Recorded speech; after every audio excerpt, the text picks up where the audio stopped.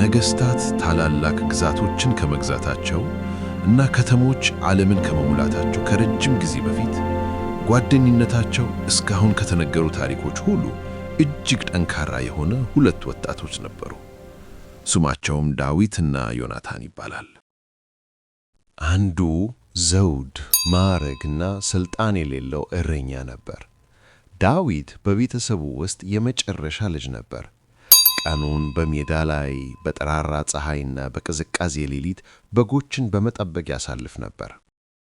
እሱ ወታደር አልነበረም።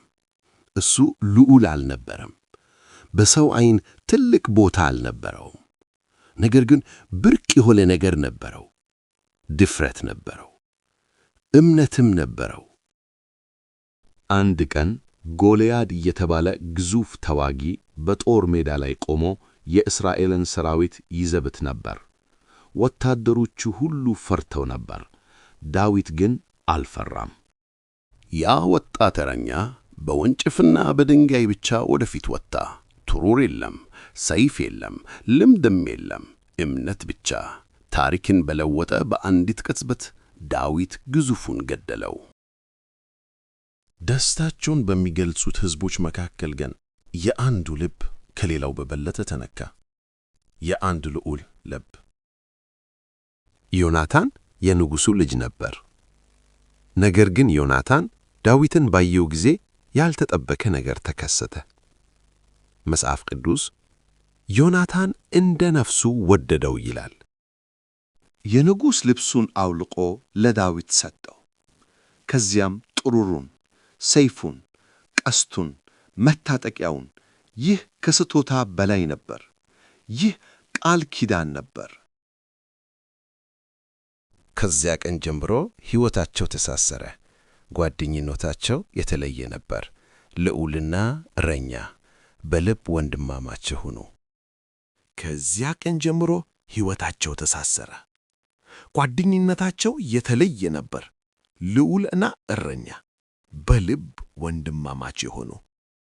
ግን ሁሉም ሰው ደስተኛ አልነበረም። ሰዎች ከሳኦል ይልቅ ዳዊትን ያሞግሱ ነበር። ቀስ በቀስም በሳኦል ልብ ውስጥ ቅናት ስር ሰደደ። ጦሮች ተወረወሩ። የተንኮል ሴራዎች በምስጢር ታወሩ። ዳዊት በሄደበት ሁሉ አደጋ ይከተለው ነበር። በዚህ ሁሉ መካከል ግን ዮናታን ቆሞ ነበር፣ እንደ ልጅም እንደ ጓደኛ። ዮናታን የማይቻል ምርጫ ገጠመው። ለአባቱ ያለው ታማኝነት ወይስ ለጓደኛው ያለው ታማኝነት? ሁለቱንም ይወድ ነበር። ነገር ግን ትክክለኛው ነገር ምን እንደሆነ ያውቅ ነበር። ስለዚህ በምስጢር ዳዊትን መጠበቅ ጀመረ። አደጋ ሲቃረብ አስጠነቀቀው። በንጉሡ ቁጣና በሚሳደደው ሰው መካከል ቆመ። በመጨረሻም አደጋው ችላ ለማለት የማይቻል ሆነ። ስለዚህ ዳዊትና ዮናታን ዕቅድ አወጡ። ሳኦል ከተረጋጋ ዳዊት ሰላም ይሆናል። ሳኦል ከተቆጣ ግን ዳዊት መሸሽ ይኖርበታል። ዮናታን ለዳዊት ሲከራከር የሳኦል ቁጣ ከምን ጊዜውም በላይ ነደደ። በሚያስደነግጥ ሁኔታ ንጉሡ በገዛ ልጁ ላይ ጦር ወረወረ። ዮናታን በመጨረሻ እውነቱን አወቀ። ዳዊት በዚያ ደህንነት አልነበረውም። በማግስቱ ጠዋት ዮናታን እንደታቀደው ወደ ሜዳ ወጣ። ቀስቱን ይዞ ወደ ሩቅ ተኮሰ። ሽሽ፣ ቀስቶቹ ካንተ ወዲያ ናቸው። መልእክቱ ግልጽ ነበር። ሽሽ። ብላቴናውን ካሰናበተው በኋላ ሁለቱ ጓደኛሞች ለመጨረሻ ጊዜ ተገናኙ። ተቃቅፈው አብረው አለቀሱ። ይህ ቅጽበት የመጨረሻቸው ሊሆን እንደሚችል ያውቁ ነበር። ከዚያም ተለያዩ። ዓመታት አለፉ። ዳዊት ሕይወቱን ለማዳን በበረሃና በዋሻዎች ተቅበዘበዘ። ዮናታን ከአባቱ ጎን ሆኖ የፈረሰውን መንግሥት ሸክም ተሸከመ። አንድ ቀን ጦርነት መጣ።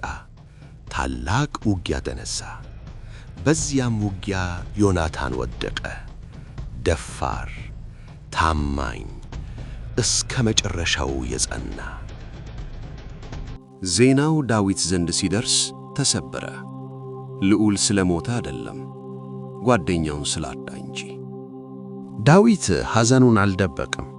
የሐዘን የፍቅርና የክብር መዝሙር ጻፈ።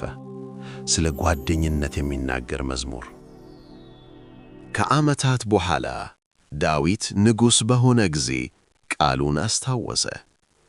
ከዮናታን ቤተሰብ የተረፈ ማንም አለ ብሎ ጠየቀ።